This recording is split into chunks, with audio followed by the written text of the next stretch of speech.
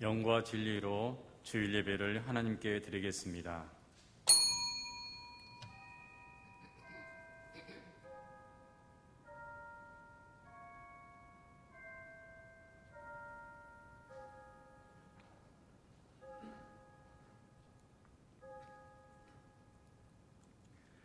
하나님을 찬송하리로다.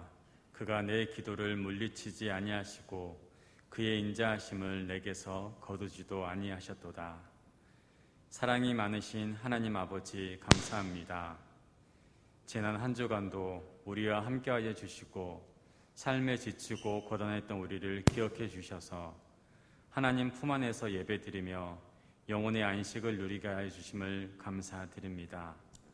성령 하나님, 이 시간 임재하시고 역사하시어 목마른 영혼의 은혜를 더하시고 피곤한 육신에는 새 힘을 부어 주시옵소서. 하나님을 만나고 하나님의 뜻을 깨달아 생명수 강가에서 쉼을 얻는 예배가 되게 하옵소서. 새롭게 시작하는 한 주도 하나님께 기도하며 주님의 인자하심을 따라 살 수 있도록 인도하여 주옵소서. 예수님의 이름으로 기원드립니다. 아멘.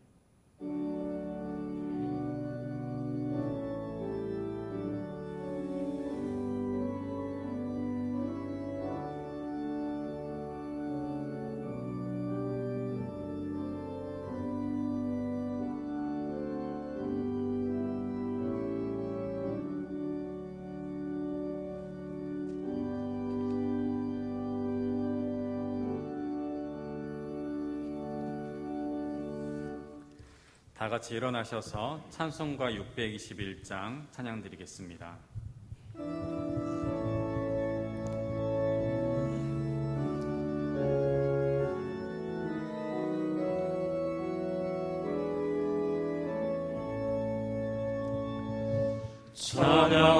찬양하라 내 영혼아,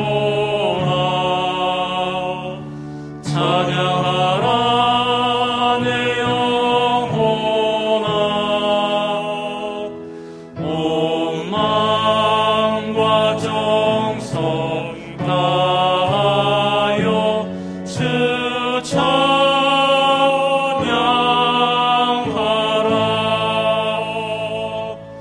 경배하라 내 영혼아, 경배하라 내 영혼아, 온 마음과 정성 다하여 주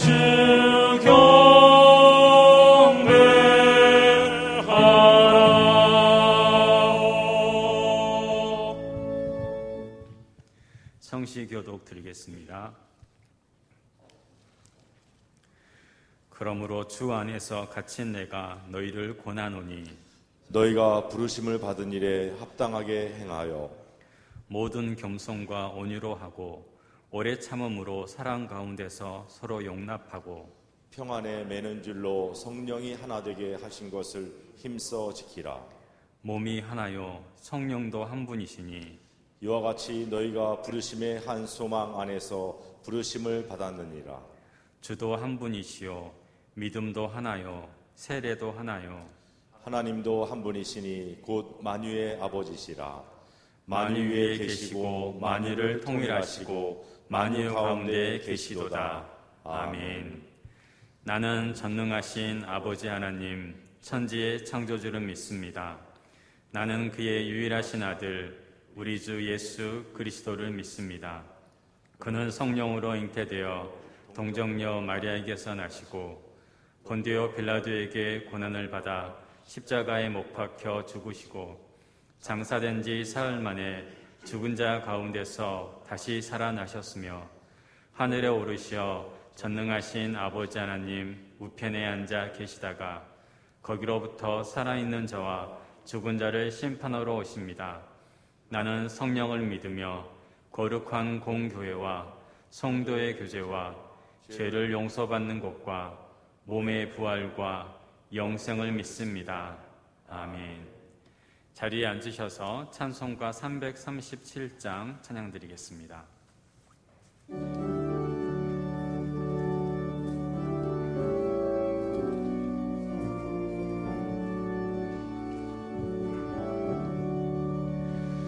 내 모든 시험 무거운 짐을 주 예수 앞에 아뢰이며 근심에 쌓인 날 돌아보사 내 근심 모두 맡으시네.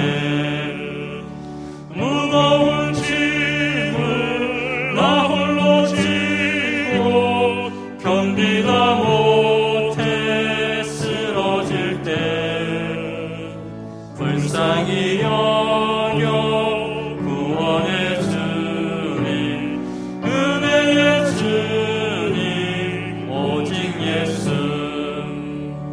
내 모든 괴로움 닥치는 환난 주 예수 앞에 아뢰이며 주께서 친히 날 구해주사 넓으신 사랑 베푸시네. 무거운 짐을 나 홀로 지고 견디다 못해 쓰러질 때 불쌍히 여겨 구원의 주님, 은혜의 주님, 오직 예수. 내 짐이 점점 무거워질 때 주 예수 앞에 아뢰이며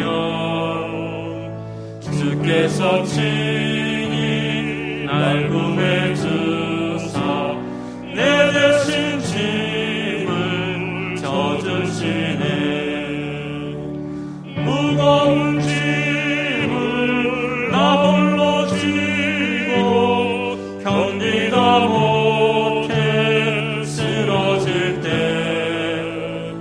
불쌍히 여겨 구원의 주님, 은혜의 주님, 오직 예수. 마음의 시험 무서운 죄를 주 예수 앞에 아뢰이며 예수는 나의 능력이 되사 세상을 이길 힘주시네. 무거운 짐을 나 홀로 지고 견디다 못해 쓰러질 때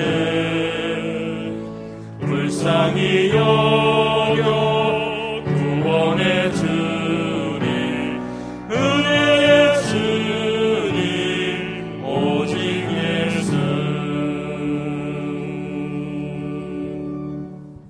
예배를 위해서 최연수 장로님께서 기도 인도하시겠습니다.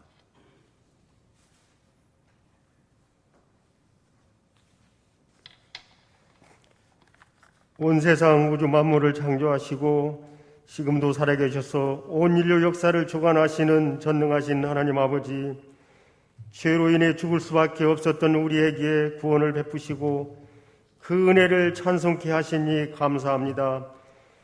코로나19 사태로 인해 지치고 상한 삶에도 하늘의 위로와 소망으로 다시 일어서게 하시고 하나님이 공급하시는 힘으로 세상을 이기고 죄악을 이기도록 성령께서 인도하여 주시옵소서. 우리의 선한 목자가 되시는 주님, 코로나19로 인해 연약해진 우리들의 심령을 회복시켜 주시고 코로나 병군을 속히 소멸해 주시옵소서. 그리하여 온 성도들이 주님의 전에 함께 모여 온전한 예배를 드리게 하옵소서. 사랑의 주님, 이 시간 우리에게 참된 회개의 시간들을 허락하여 주시옵소서. 주님을 믿노라 하면서도 믿지 않는 세상 사람들과 똑같이 살았습니다. 성령을 쫓아 사는 삶이 아니라 육신의 정욕을 쫓아 내 생각대로 내 감정대로 살았음을 고백합니다. 주님, 용서하여 주시옵소서. 하나님 앞에 바로 선 믿음의 사람이 되기를 원합니다. 죄악된 세상에서 성도의 삶을 온전히 살게 하여 주시옵소서. 비록 세상에서 가난할지라도 하나님께 대하여는 부유한 삶을 살게 하여 주시옵소서. 하늘나라의 백성으로서 세상의 가치관이 아니라 하늘의 가치관으로 살게 하시고 세상의 자부심이 아니라 영적인 자부심을 갖게 하옵소서. 코로나19로 인해 경제적으로 어려운 우리 민족 가운데 공의가 흐려지지 않게 하시고 법과 질서가 무너지지 않게 하셔서 하나님 앞에 의로운 민족이 되게 하여 주시옵소서. 주님의 몸된 교회 안에서도 질서와 법도를 따라 서로 사랑하고 존중하며 섬기는 자가 되게 하시고 세워주신 교육자들이 양들을 사랑함으로 존경받게 하시며 어려운 시기에 중직자들이 성도들에게 선한 본을 보여 모든 교우들로부터 사랑받게 하옵소서. 그리하여 우리 교회가 진리 안에서 주님과 함께 든든히 지어져가는 복된 교회, 복된 성도들이 되게 하여 주시옵소서. 원치 않는 질병으로 기도하시는 성도님들의 기도에 응답하여 주시고 치료하여 주시옵소서. 가정에서 영상으로 예배드리는 어르신들과 모든 성도님들 축복하여 주시고 주님과 교회를 뜨겁게 사랑하는 마음을 주시옵소서. 특별히 교회학교 어린 학생들과 우리의 젊은이들을 기억하여 주시고 그리스도의 좋은 군사로 준비되고 좋은 일꾼으로 쓰임받게 하시며 다니엘처럼 시대적 어두움과 대적하는 무리들 앞에서도 신앙의 양심을 저버리지 않고 하나님께 붙잡혀 사는 믿음의 자녀들이 되게 하여 주시옵소서. 이 시간 말씀을 선포하시는 담임 목사님께 성령의 충만함으로 임하셔서 선포되는 말씀마다 30배, 60배의 결실을 맺는 복된 예배 시간이 되게 하여 주시옵소서. 색소폰 연주로 주님께 영광 드리는 두 분 집사님을 축복하여 주시고 주님 홀로 영광받아 주시옵소서. 모든 인생의 주인 되시는 예수님의 귀하신 이름으로 기도드리옵나이다. 아멘.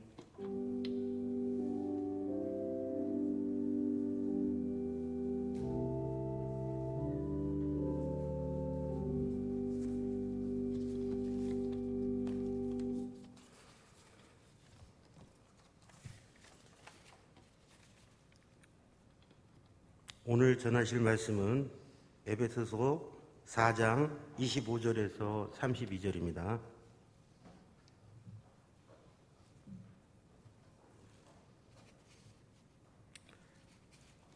공독하겠습니다.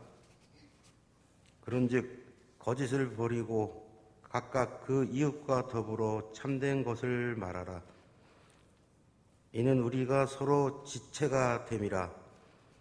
분을 내어도 죄를 짓지 말며 해가 지도록 분을 품지 말고 마귀에게 틈을 주지 말라. 도둑질하는 자는 다시 도둑질하지 말고 돌이켜 가난한 자에게 구제할 수 있도록 자기 손으로 수고하여 선한 일을 하라. 무릇 더러운 말은 너희 입 밖에도 내지 말고 오직 덕을 세우는데 소용되는 대로 선한 말을 하여 듣는 자에게 은혜를 끼치게 하라. 하나님의 성령을 근심하게 하지 마라. 그 안에서 너희가 구원의 날까지 인치심을 받았느니라. 너희는 모든 악독과 노함과 분함과 떠드는 것과 비방하는 것을 모든 악의와 함께 버리고 서로 친절하게 하며 불쌍히 여기며 서로 용서하기를 하나님이 그리스도 안에서 너희를 용서하심과 같이 하라. 아멘.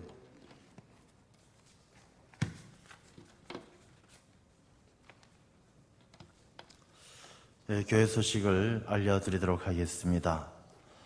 오늘까지 우리 일부 예배는 우리 예배위원들만 예배를 드리고 있습니다. 오늘 정부에서 방역 단계를 2.5단계를 연장을 할지 또 어떻게 할지 결정을 한다라고 그렇게 들었습니다. 오늘 정부에서 방역 단계가 결정되어지는 대로 또 거기에 잘 협조해서 우리 예배 시간과 모임에 대해서는 별도로 다시 한번 안내를 드리도록 하겠습니다. 계속해서 세 자리 숫자의 확진자들이 나오고 있습니다. 하루속히 이 코로나19가 종식되어질 수 있도록 우리가 회개하고 또 하나님께 기도함으로 이 어려운 때를 잘 이겨나갈 수 있는 그런 성도님들 되시기를 간절히 소망합니다. 우리가 특별히 이 어려운 때에 기도해야 될 일들이 많습니다. 우리 고통받는 이웃들, 또 경제적인 어려움을 당한 성도님들, 또 주변에 우리의 이웃들과 또 교회와 나라를 위해서 기도에 더욱더 힘써 주시기를 바랍니다. 저희 교회 항존직 선거는 추석 이후로 일정을 연기했습니다. 성도님들께서 기도로 잘 준비해 주시고 자세한 일정은 추후에 우리가 대면 예배를 드릴 수 있는 상황이 되어지는 것을 보면서 다시 한번 일정을 광고해 드리도록 하겠습니다. 주일에 성도님들께서 각 가정에서 영상으로 예배를 드리고 있습니다. 교회에 오지 못하시는 안타까운 마음들이 많이 크실 줄로 생각합니다. 주중에 성도님들께서 교회에 나오셔서 나라와 또 교회와 가정을 위해서 기도할 수 있도록 우리 교회 본당을 개방하고 있습니다. 우리 성도님들께서는 주중에 우리 교역자들을 통해서 시간을 안내받아서 교회에 나오셔서 기도에 힘써 주시기를 바랍니다. 각 가정에서 영상으로 예배를 드리시는 가정들은 또 영상으로 드리는 예배 사진을 저희들에게 찍어서 보내주시면 또 성도들이 함께 공유하고 또 소정의 선물을 준비해 드리도록 하겠습니다. 예배 시간에 대한 안내는 별도로 다시 한번 공지하도록 하겠습니다. 우리 현재까지는 정부 방침에 따라서 비대면 예배를 드리고 있음을 알려드립니다.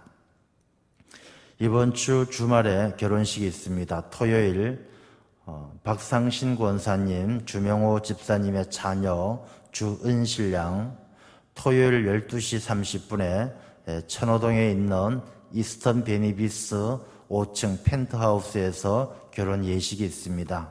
교회에서는 오전 11시에 출발하게 되어집니다. 지하철을 이용하실 수가 있습니다.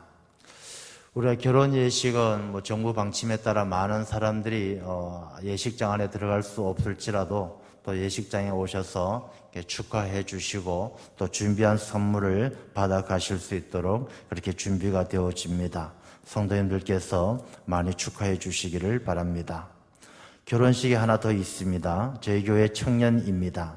지가을양과 이재욱은 우리 교회 두 분 다 우리 교회 출석하는 청년들입니다. 토요일 오후 1시 홍대 입구에 있는 아만티 호텔 2층에서 결혼 예식이 있습니다. 축하해 주시기를 바랍니다. 그리고 추석을 앞두고 저희 교회에서는 19일, 20일 양일간에 걸쳐서 교회 동산, 우리 교회 묘지에 벌초 작업을 일제히 하게 되어집니다. 그래서 우리 성도님들은 교회 묘지를 개별적으로 벌초하지 않으셔도 교회에서 전체적으로 벌초 작업을 진행하게 되어짐을 알려드리니 참고하시기를 바랍니다. 우리 교회 소식은 우리가 상황을 보면서 우리 성도님들에게 통신으로 다시 한번 공지를 해드리도록 하겠습니다. 우리 이 시간은 우리 김교정 집사님, 전필만 집사님 준비하신 색소폰 연주로 하나님께 영광 올려드리겠습니다.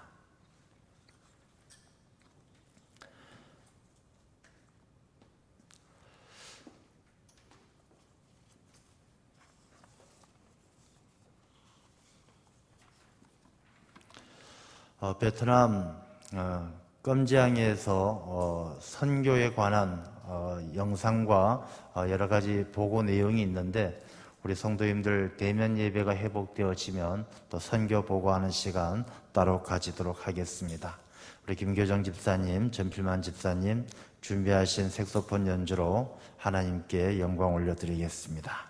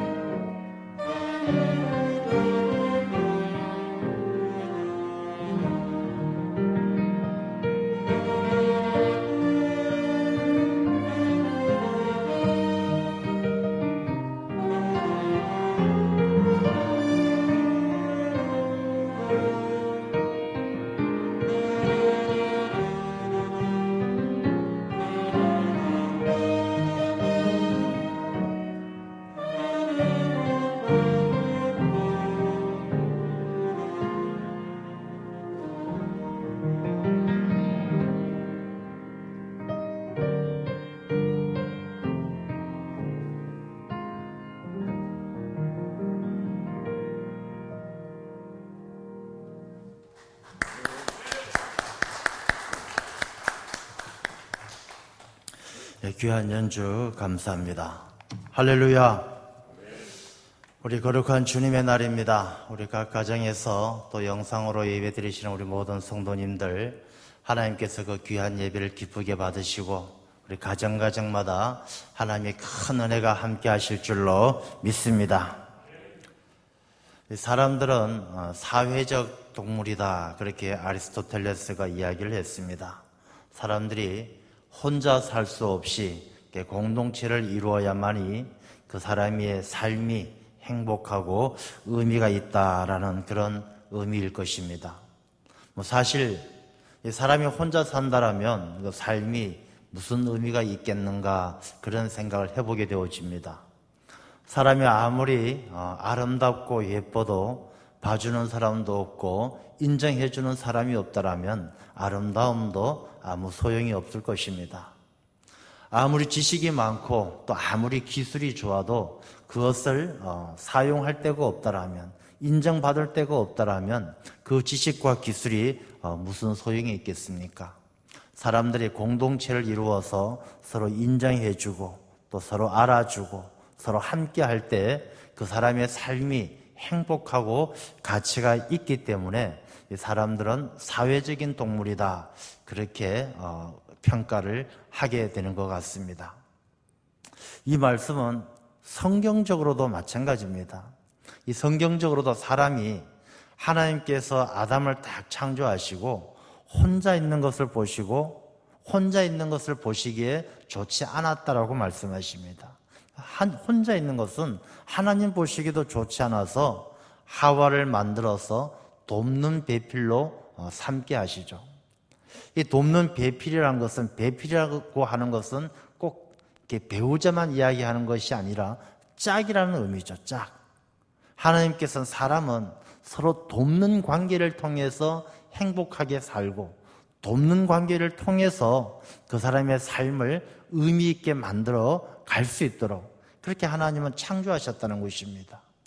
그래서 하나님께서 우리 인간들에게 서로 돕는 관계를 통해서 가정을 이루고, 또 신앙생활도 서로 도우면서 할 수 있도록 교회를 만들고, 또 우리가 사회생활도 서로 도우면서 할 수 있도록 사회를 만들고 국가를 만들고 그런 공동체를 우리에게 허락해 주셨다는 것입니다.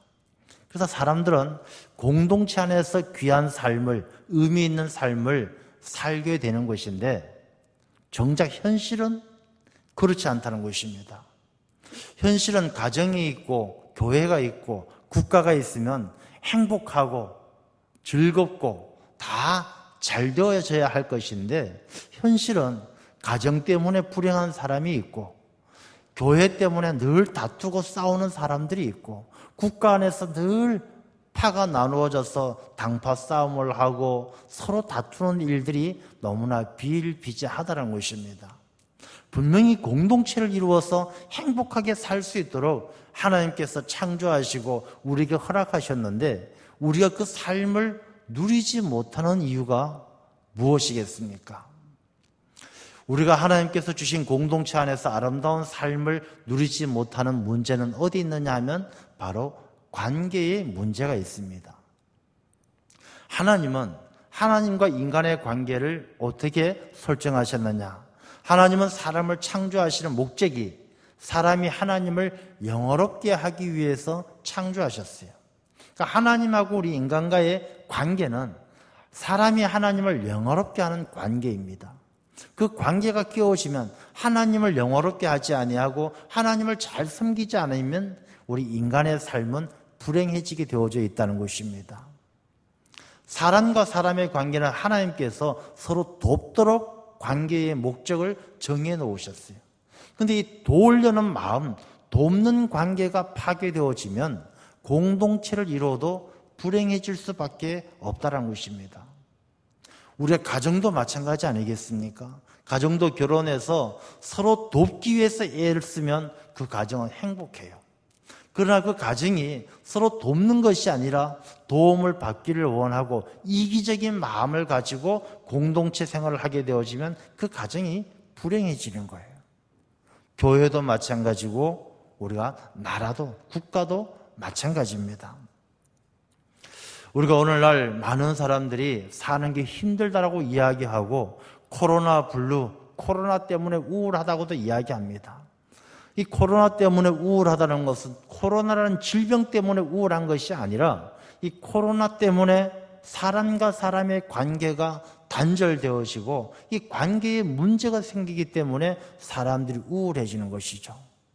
관계가 삐긋거리면, 관계가 잘못되어지면 사람들이 우울해지고 슬퍼지고 불행해지게 된다는 것입니다.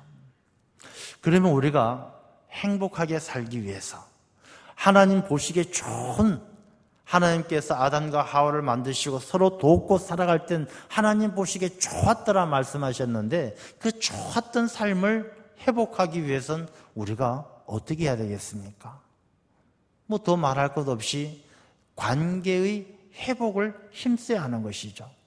서로 돕고 사는, 돕는 배필로 만들어준 공동체를 이루면서 살아가도록 하나님께서 섭리해 놓으신 그 하나님의 섭리하심을 따라 서로 돕는 관계를 잘 회복하는 것이 우리가 당한 이 어려움을, 관계의 단절로 인해서 생겨진 이 우울함과 이 슬픔과 어려움들을 이겨나갈 수 있는 유일한 길이다라는 것입니다.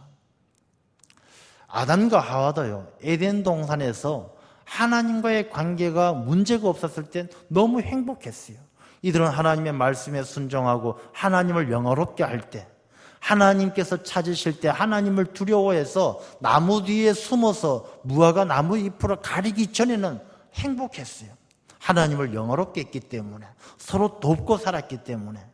그러나 그들 사이에 사탄이 뱀의 모습으로 등장해서 관계를 단절시켰을 때, 하나님을 영화롭게 해야 되는 그 관계를 너희들 이 선악을 알게 하는 나무 열매를 먹으면 하나님과 같이 된다, 하나님을 영화롭게 해야 될 사람이 하나님과 똑같이 되고자 하는 마음으로 바뀌어지면서 관계가 단절되어질 때 하나님을 피해서 숨게 되어지는 것이고, 서로 돕는 관계였는데 이 사탄이 그들의 마음속에 이기적인 마음을 심어 넣었을 때, 선악과를 누가 먹었느냐? 하나님이 주신 여자 때문에 먹었습니다. 뱀 때문에 먹었습니다. 남에게 책임 전가하고 원망하면서 서로 돕는 관계가 단절되어졌을 때 이들의 삶은 더 이상 에덴 동산이 아니라 가시덤불과 엉겅퀴가 나는 저주받은 땅으로 내쫓겼다는 것입니다.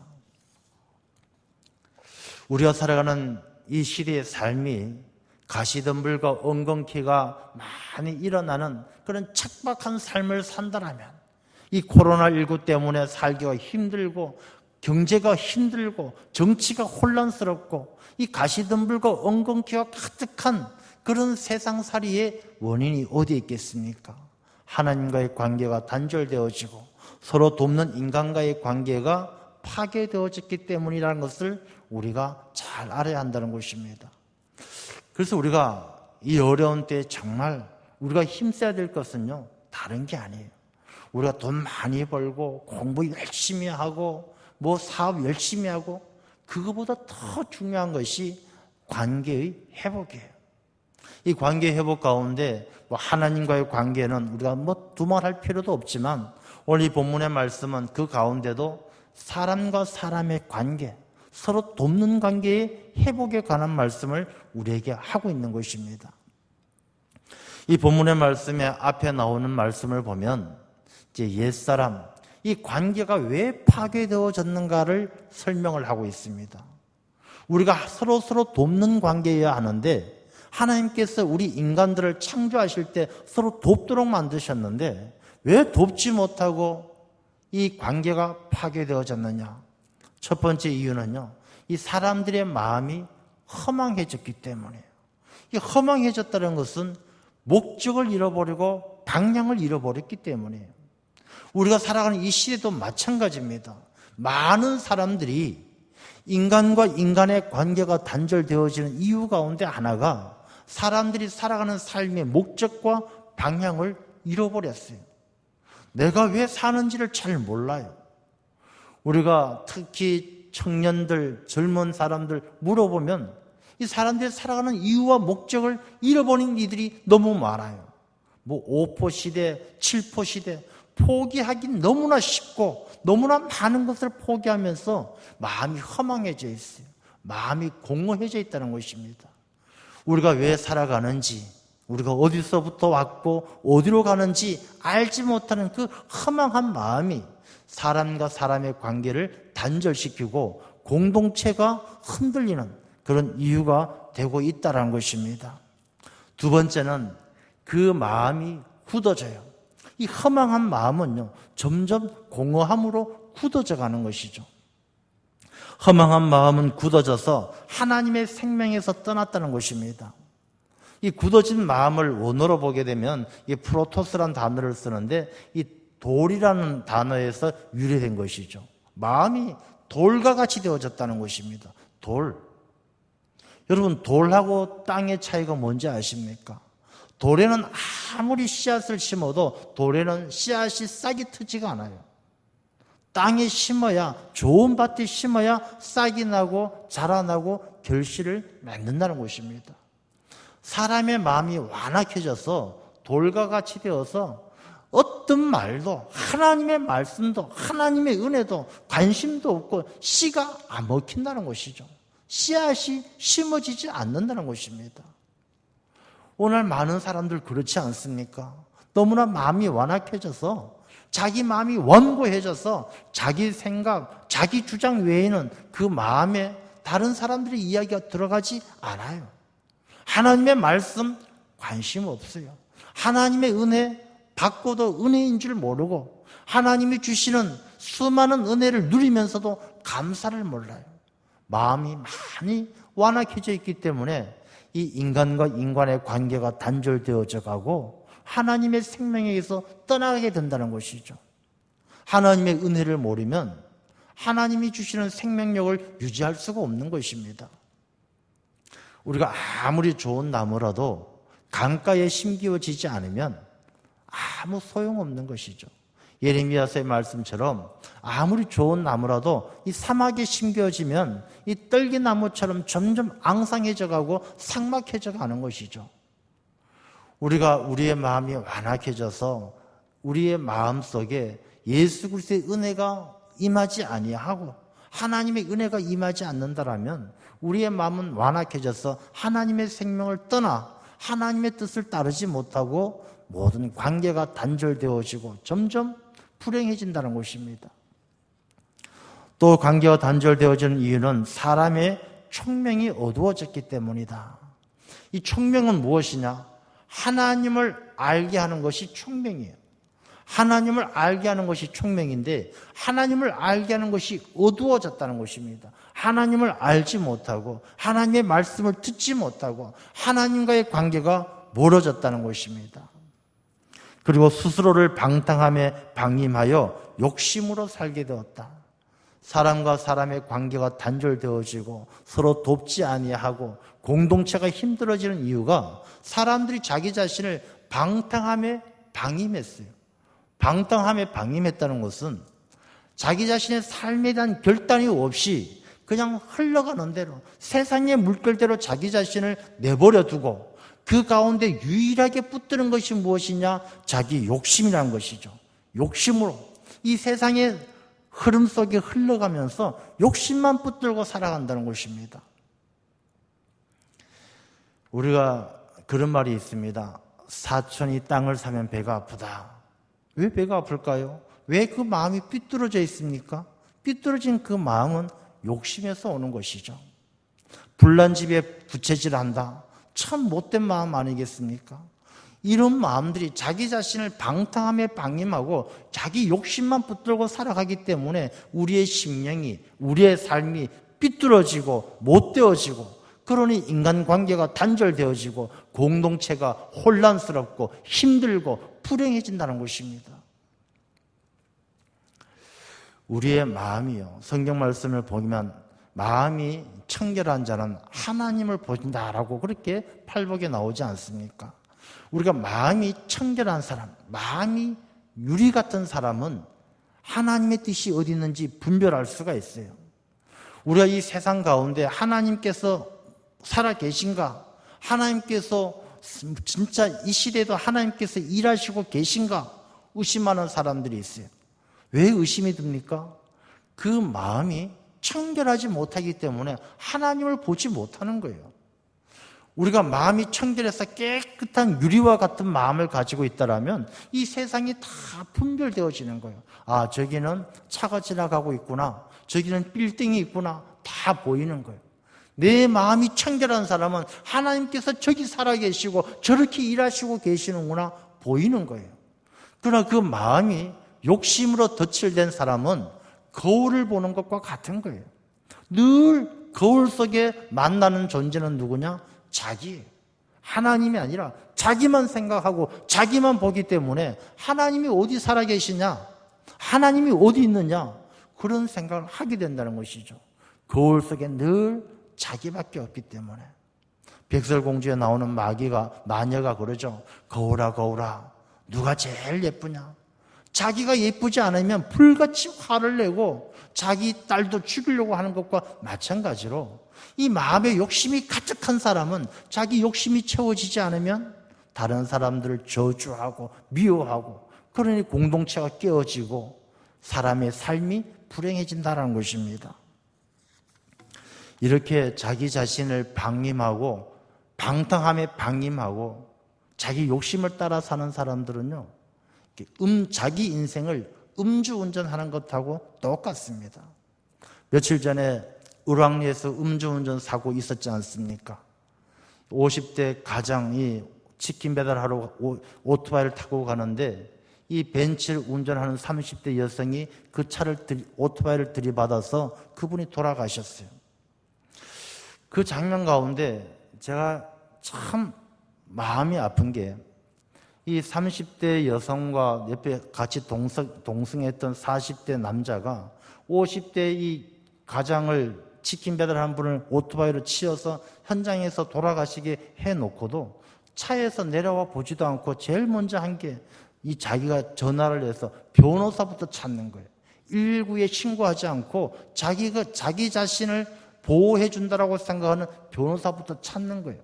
술이 많이 취해가지고 고개를 제대로 들지 못하는 그 상황에서도 그 모습이 바로 우리가 살아가는 이 자기 욕심에 취하고 방탕함에 자기 자신을 방임하면서 어떤 상황에서도 자기가 차선을 잘 지키는지 어떤 불행을 향해서 달려가는지 그걸 알지 못하고 그냥 자기만 챙기고 이기적인 생각만 하고 살아가는 그 모습이 한 가정을 파탄에 빠뜨리는 것처럼 이 시대 공동체를 흔들어가는 현대인들의 모습이 아닌가 그런 생각을 하게 되는 것입니다.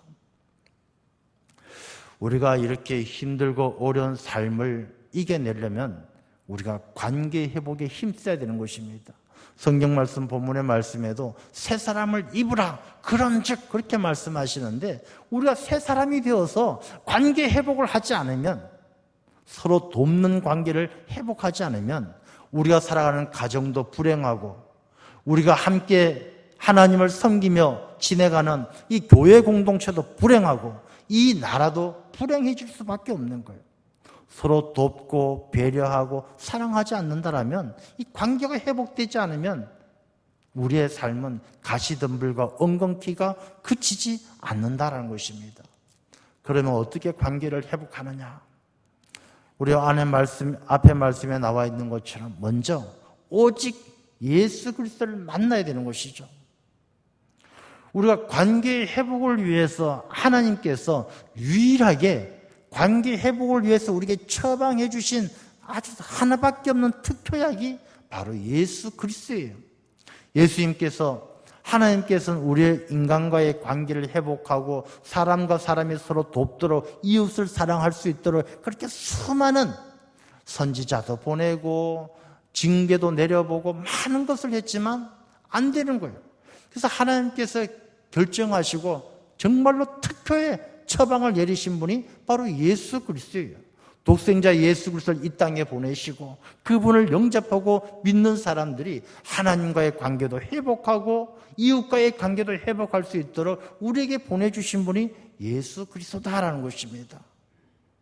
그래서 성경 말씀은 우리가 예수 그리스도 안에서 새로운 피조물이 되어야 한다. 고린도후서 5장 17절에 그런즉 누구든지 그리스도 예수 안에 있으면 새로운 피조물이라 이전 것은 지나갔으니 보라 새 것이 되었도다. 우리가 코로나 때문에 우울하고 정치, 경제, 사회 수많은 혼란과 어려움 속에 공동체가 어려움을 당하고 있는 이때에 우리가 관계를 회복하고 흔들리는 공동체를 바로 세워가고 이 땅에 하나님의 나라와 하나님의 의를 구하기 위해서는 우리가 먼저 예수 그리스도를 깊이 만나야 될 줄로 믿습니다. 여러분, 우리가 신앙생활 오래 했잖아요.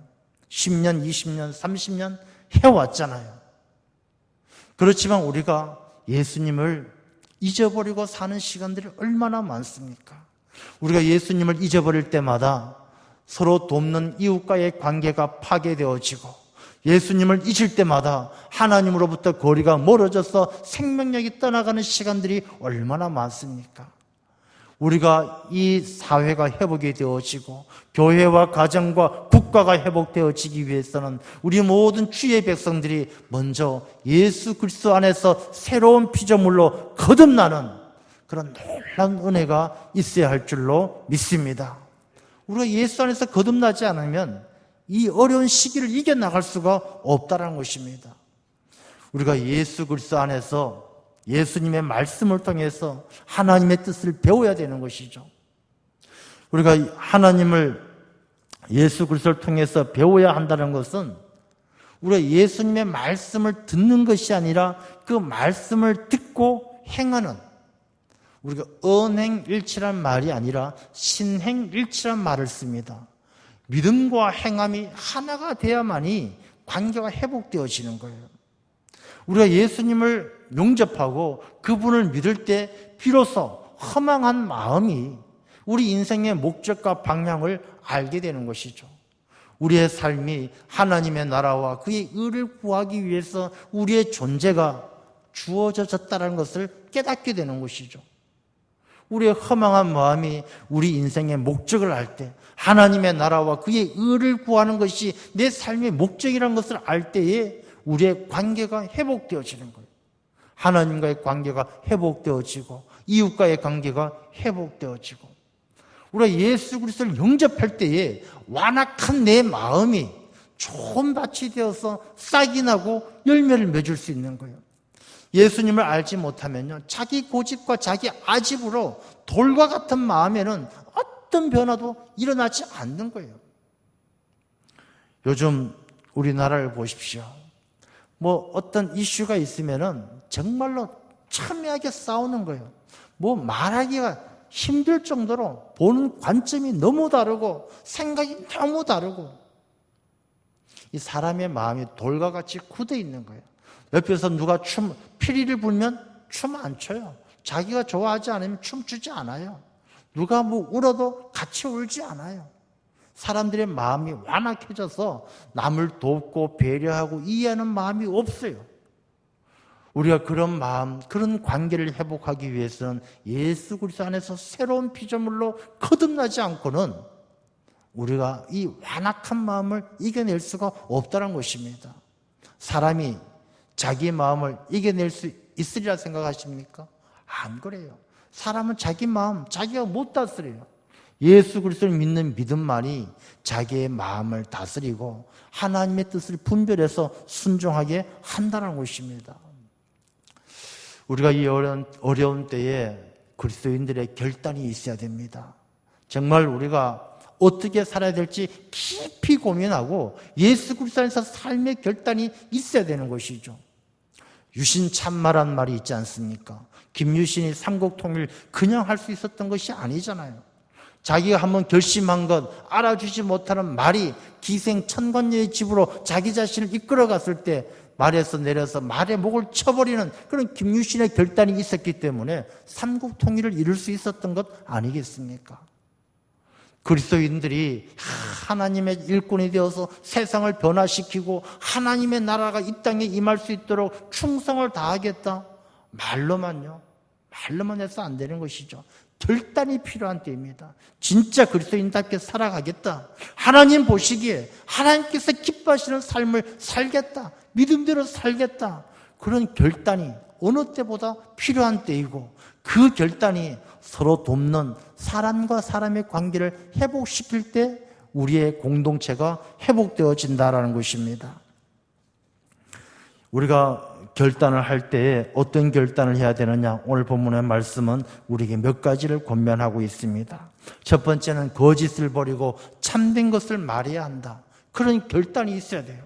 우리 그리스도인들이 거짓을 버리고 참된 것을 말할 수 있는 결단이 있어야 됩니다. 말이라는 것이 인격이에요. 말이라는 것이 신앙이에요. 그 사람의 신앙은 거짓 신앙인데 참된 말을 할 수가 없는 것이죠. 그 사람의 말은 그 사람의 인격이고 신앙을 그대로 나타내는 것이죠. 그래서 우리가 그리스도인들은요, 참된 것을 말해야 되는 것입니다. 거짓은 요한복음에 보면 이 마귀 사탄은 거짓의 압이다 그랬어요. 거짓말은 마귀로부터 오는 것이죠. 참된 것을 말하지 않으면 관계가 회복되지 않습니다. 이웃과의 관계가 서로 돕는 관계를 회복하기 위해선 거짓말이 아니라 정직해야 되고 참된 것을 말해야 되는 것이죠. 이 진실, 참된 말은 관계를 회복시켜주는 접착제와 똑같습니다. 참된 말, 정직한 말, 그 한마디 한마디가 사람과 사람의 간격을 좁혀주고 그 사람과 사람의 사이에 이 신뢰를 높여주는 것이죠. 거짓을 품고 있으면, 거짓을 말하면 이 거짓은 마귀가 역사하는 틈이 된다는 것입니다. 또한 우리가 결단해야 될 것은 분을 내어도 죄를 짓지 말고 우리가 마귀에게 틈을 주지 말아야 된다. 여러분, 분노할 수 있어요. 화날 수가 있어요. 그러나 이 화를 종일토록 품지 말라는 것입니다. 그런데 이 분노라는 것은 다 똑같지가 않아요. 여기에서 말한 분노는 자기 자신의 유익을 위한 분노, 육신의 삶을 위한 분노를 이야기하는 것이죠. 우리가 하나님 나라를 위해서 거룩한 분노는 다른 이야기죠. 여기서 말하는 분을 내어도 죄를 짓지 말라는 것은 죄를 지을 수 있는 분노를 말하는 것이죠. 자기 육신을 위한 분노는 죄를 짓게 만들어요. 그러나 하나님을 위한 분노는 죄를 짓게 만드는 것이 아니라 하나님의 영광을 드러내기 때문에 다른 분노이죠. 여기서 말하는 분노는 죄를 짓는 육신을 위한 분노를 품지 말라는 것입니다. 그 분을 품으면 왜? 내가 병들기 때문이죠. 우리가 잘 알다시피 귤 한 박스 가운데 썩은 귤이 하나 있으면 며칠 못 가서 귤 상자 다 썩어버려요. 내 심령 가운데 한 구석에 분노가 있으면 그 분노가 내 심령을 다 병들게 한다는 것입니다. 이 분노를 품고 있으면 상대방이 내가 품은 분노 때문에 저주받지 않아요. 그 분노 때문에 내가 썩고 내 심령이 상하는 거예요. 그래서 육신의 분노가 일어날 때 그 분노를 내가 예수 그리스도를 믿는 믿음으로 다스리고 그 분노를 익히는 사람을 위해서 차라리 기도하는 것이 내 영적인 건강을 위해서 도움이 된다는 것입니다. 내가 나를 분노하게 하는 어떤 사람을 위해서 기도하다 보면요, 내 마음에 있던 분노가 다 사라지고 내 심령이 강건해지고 내 영이 강건해지기 때문에 우리가 분노를 품지 말라는 것입니다. 우리가 또다시 결단해야 될 것은요, 서로 불쌍히 여기는 마음을 가지고 배려하면서 살아야 된다는 것입니다. 우리가 불쌍히 여기는 마음이 없어요. 다른 사람들이 어려운 일을 당하고 힘든 일을 당하면 불쌍히 여기며 배려하는 마음을 가져야 되는데 그렇지 못할 때가 많다는 것이죠. 가정도 마찬가지입니다. 부부 간에도 부모와 자식 간에도 불쌍한 마음이 있어야 돼요. 남편은 아내를 불쌍히 여기고 자녀를 불쌍히 여기고 자녀 공부하느라고 힘들지, 취직이 안 돼서 힘들지, 아내가 집안일 하느라고 힘들지 불쌍히 여기는 마음이 있어야 돼요. 우리가 우스갯소리로 그런 이야기 하지 않습니까? 요즘에 뭐 이혼 사유가 뭐 어디 갔냐고 물어보면 이혼 사유가 되고 돈 어디 썼냐고 물어보면 이혼 사유가 된다. 우스갯소리로 그런 이야기 합니다. 그건 현대인들의 병폐예요. 잘못된 것이죠. 우리가 가정이 행복한 가정으로 회복되기 위해서는, 서로 돕는 관계를 회복하기 위해서는 불쌍히 여기는 마음으로 서로 배려하는 마음을 가지고 살아야 한다는 것입니다. 또한 우리가 결단해야 될 것은 자기 손으로 수고하여 선한 일을 해야 합니다. 우리가 남에게 대접받고 남에게 도움받는 것을 생각해서는 안 되고, 내가 수고해서 선한 일을 하는 일에 그리스도인들의 결단이 필요하다는 것입니다. 우리가 선한 사마리아인의 이야기를 잘 압니다. 예수님께서 하신 말씀인데, 이 어느 율법사가 와서 물어봐요. 예수님, 어떤 사람이 우리의 이웃입니까? 그럴 때에 이 강도 만난 이야기를 해주죠. 강도 만났는데 제사장도 지나가고 레위도 지나가고 선한 사마리아인이 도와줘서 고쳤다, 이야기를 해줍니다. 그러면서 물어보죠. 이 중에 누가 이웃이냐? 예수님께서 물어봐요. 그럼 율법교사가 뭐라고 대답하느냐 하면 자비를 베푼 자입니다, 이렇게 이야기합니다. 그럼 자비를 베푼 자가 선한 사마리아인인데 이 선한 사마리아인이 이웃이라는 것이죠. 그럼 여기에서 우리가 깊이 한번 생각해 볼 것은, 강도 만난 자의 입장에선 자기 자신을 도와주는 그 사람이 이웃이잖아요. 야, 내 주변의 이웃이 누구냐? 나를 도와주는 사람이 이웃이다 라고 생각할 수 있는데, 예수님께서 이렇게 말씀하셔요. 그러면 너도 가서 이와 같이 하라, 이렇게 말씀하셔요. 너도 이와 같이 너를 돕는 사람이 이웃이다라고 그렇게 살아가라는 말씀이 아니라, 그 자비를 베푼 자처럼 살아가면서 누군가에게 이웃이 되어 주라라고 말씀을 하시는 거예요. 우리 그리스도인들의 결단이 필요한 것이요, 우리가 누군가를 나를 도와주고 돌보아주는 것을 그 사람을 이웃으로 생각하는 것이 아니라 내가 자비를 베푸고 도와줘서 누군가의 이웃이 되어주는 것이 하나님, 예수님께서 우리에게 주신 말씀이고, 그게 바로 이웃 사랑이고 이웃과의 관계를 회복하는 길이다라는 것입니다. 그래서 수고하여 이웃에게 수고하여 선한 일을 하라, 이렇게 말씀을 하시는 것입니다. 그리고 하나 더 우리가 결단해야 될 것은요, 32절의 말씀처럼 그리스도 안에서 너희를 용서하심과 같이 용서하라. 우리가 코로나 때문에 힘들고 정치, 사회, 경제 혼란스럽고 힘들고 어렵습니다. 남을 용서하기가 참 어렵고 힘든 일입니다.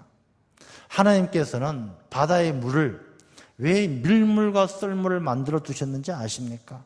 이 밀물과 썰물을 만들어 두신 이유가 이 바닷가의 갯벌과 이 해변에 수많은 사람들의 발자국들과 수많은 낙서들을 한 번씩 지워야만이 또 다른 사람들이 찾아오고 또 다른 사람들이 해변에 발자국을 남기기 때문이에요.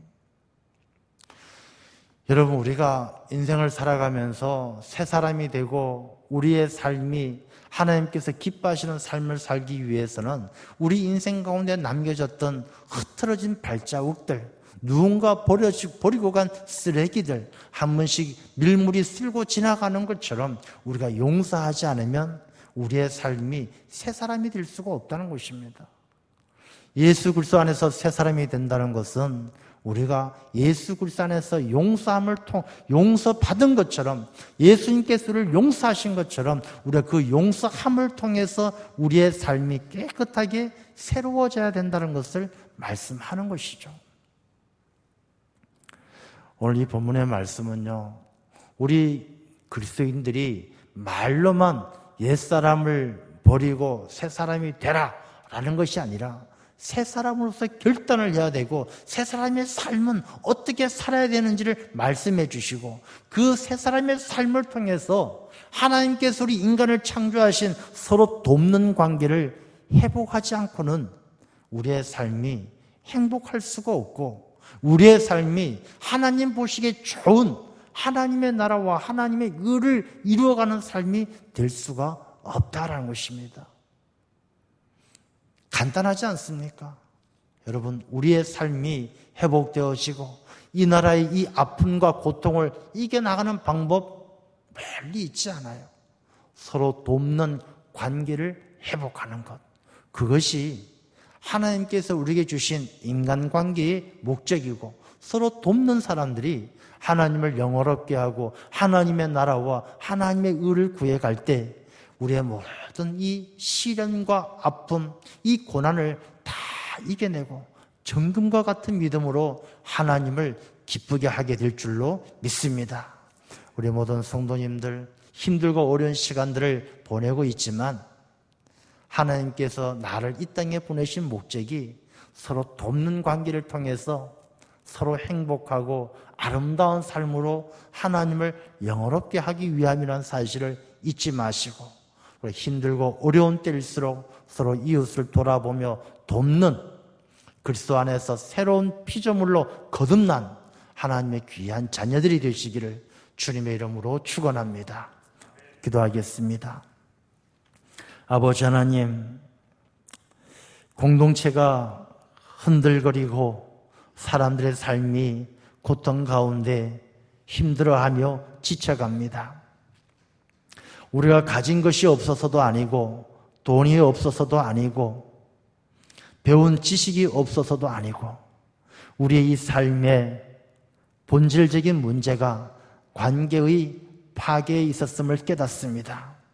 하나님을 영화롭게 해야 될 우리 인간들이 하나님을 영화롭게 하지 아니하고 교만과 이기적인 생각으로 자기 자신의 영광만을 추구할 때 우리의 삶은 저 가시덤불과 엉겅퀴가 일어나는 저주받은 땅으로 떨어지게 되는 것이고, 우리가 서로 돕는 관계였을 땐 하나님 보시기에 좋았지만 서로 돕는 관계가 아니라 이기적이고 자기 욕심을 따라 살아갈 때에 우리의 삶이 불행해졌던 것을 깨닫습니다. 아버지 하나님, 이 힘들고 어려운 때에 우리의 삶의 자리가, 내 영적인 현주소가 어디 있는지 깨달아 알게 하시며 돌이켜 하나님을 경외하고 하나님을 잘 섬기며 이웃들에게 서로 돕는 관계로 서로 사랑하고 서로 나누고 서로 배려하며 이 고난과 이 시련의 시간들을 이겨나갈 수 있는 하나님의 귀한 백성들이 다 되게 하여 주옵소서. 예수님 이름으로 기도드리옵나이다. 아멘.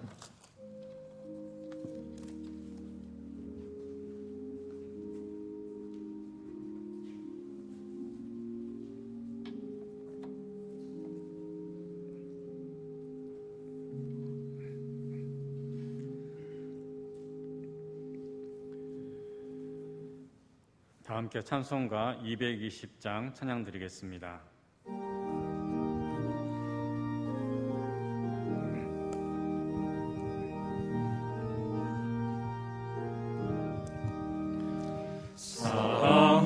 사랑하는 주님 앞에 형제자매 한 자리에 크신 은혜 생각하며 즐거운 찬송 부르네.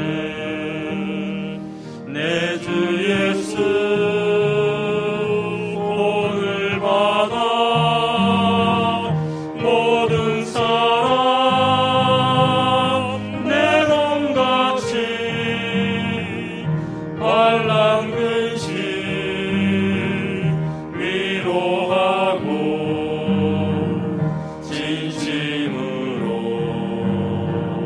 사랑하세.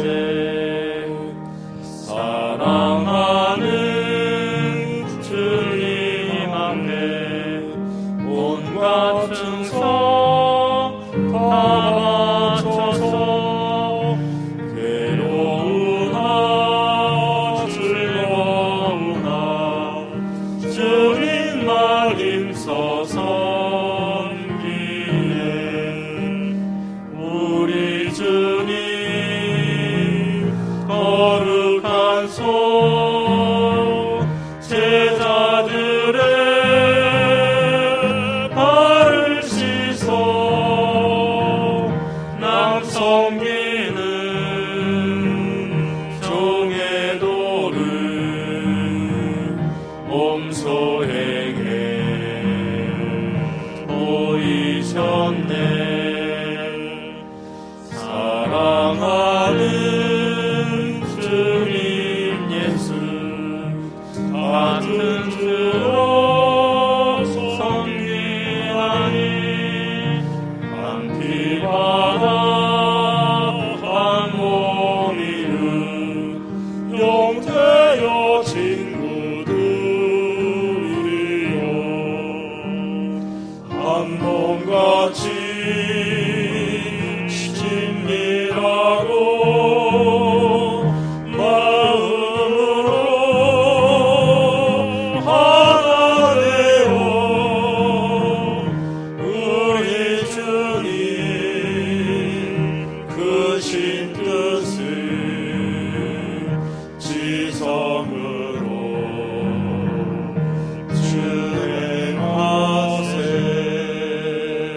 주행하세. 하나님 아버지, 참으로 감사합니다. 힘들고 어려운 시대를 살아가지만 우리의 마음의 중심을 붙들어 거룩한 주님, 주님의 날에 아버지 하나님을 바라보며 영과 진리로 예배할 수 있도록 우리의 심령을 주장하여 주신 그 크신 은혜에 감사와 영광을 올려드립니다. 아버지 하나님, 교회에서, 가정에서, 저마다의 처소에서 마음을 다하여 하나님을 예배하는 주의 백성들, 아버지께서 그 귀한 예배를 기쁘게 받아 주옵시고 그들의 삶의 자리가 베델이 되어서 하나님께서 영원토록 함께 하시는 귀하고 복된 삶이 되게 하여 주옵소서. 아버지 은혜 감사하며 귀한 예물로 아버지 하나님을 경배합니다. 아버지 하나님 기뻐 받으시고 이 귀한 예물로 하나님을 섬겨가는 주의 백성들, 아버지께서 그들이 어디에 있든지 무엇을 하든지 하나님의 뜻 가운데 하나님을 기쁘게 하는 하나님의 나라와 하나님의 의를 구하는 귀한 주의 자녀들 다 되게 하여 주옵소서. 아버지 하나님, 코로나19를 통해서 많은 어려움들이 있습니다. 삶이 황폐화되어지고 어렵습니다. 정치가 혼란스럽고 경제가 어렵고 사회가 흔들리는 이 어려운 때를 맞이합니다. 아버지 하나님, 이때 우리 그리스도인들 깨어있게 하시고 결단하게 하여 주셔서 그리스도 안에서 새로운 피조물이 되어 거듭난 사람들처럼 하나님의 말씀에 합당하게 예수 그리스도의 가르침대로 살아가는 저희들의 삶을 통하여 이 땅이 회복되어지게 하시고 사람과 사람의 관계가 서로 돕는 관계로 회복되게 하시고 이 땅의 모든 사람들이 하나님을 영원롭게 할 수 있도록 그 일에 귀하게 쓰임받는 주의 일꾼들이 다 되게 하여 주옵소서. 가정마다 영상에서 예배를 드립니다. 예배하는 모든 주의 백성들, 아버지께서 그 예배를 귀하게 보시고 예배하는 그들의 삶이 거룩한 산제사와 같이 하나님께 드려지는 아름다운 삶이 되게 하여 주옵소서. 연로하신 어르신들, 질병으로 고통받는 성도님들, 아버지께서 긍휼하게 여겨 주옵시고 능력의 하나님께서 치유하시고 고쳐주시고 그 고통의 자리에서 일어나게 하여 주옵소서. 우리 어린 자녀들 학교도 가지 못하고 교회 학교에도 모이지 못하고 힘들고 어려운 시간들 보냅니다. 아버지 하나님, 그러나 그들의 마음이 광야에 있었지만 하나님을 찬양하고 노래 불렀던 다윗과 같이 하나님을 깊이 만나게 하시고 하나님의 이름으로 세상을 이겨나가는 귀한 자녀들 다 되게 하여 주옵소서. 이번 주에 결혼 예식을 앞둔 귀한 청년들이 있습니다. 그들이 이루는 그 가정 위에 복의 복을 더하시고 그 가정이 이 어려운 때에 하나님 나라에 귀하게 쓰임받는 빛과 같이 소금과 같이 세상을 기쁘게 하고 어둠을 밝히는 귀한 가정들을 이루어가게 하여 주옵소서. 아버지 하나님, 우리 모든 성도님들 어디에 있든지 함께 하시며 이 고난의 시기를 다 이겨내게 하시고 하나님 나라 귀하게 쓰임받는 주의 백성들 다 되게 하여 주실 줄 믿사오며 살아계신 예수님 이름으로 기도드리옵나이다. 아멘.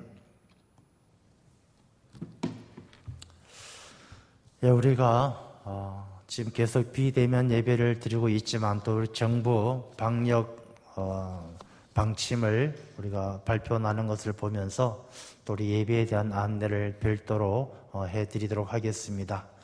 성도님들께서는 하루속히 우리가 예배가 회복되어지게 하시고 또 우리 모든 성도님들이 우리 공동체가 서로 돕고 사랑하며 하나님 보시기에 좋았더라 할 수 있는 그런 우리 교회로 공동체로 회복되어질 수 있도록 기도해 주시고 힘써 주시기를 바랍니다.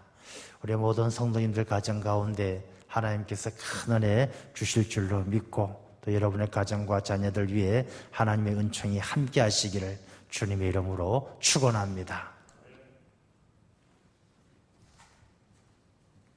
다 같이 일어나셔서 찬송가 620장 1절 찬양하겠습니다.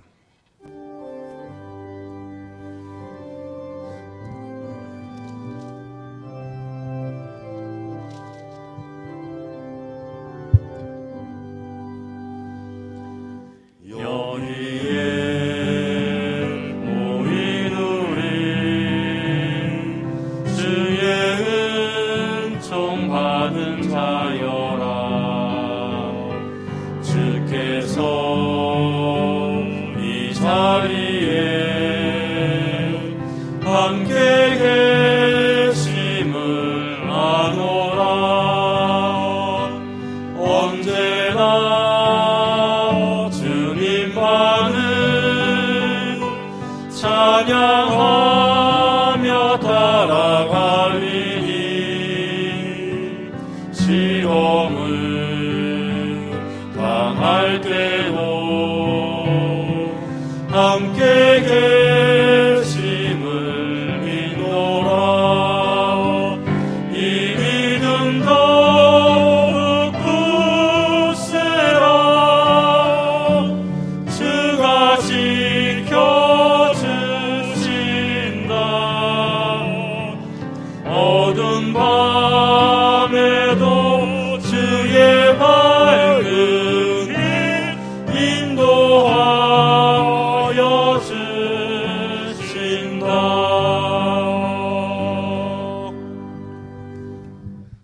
목사님 축도하심으로 예배를 마치겠습니다.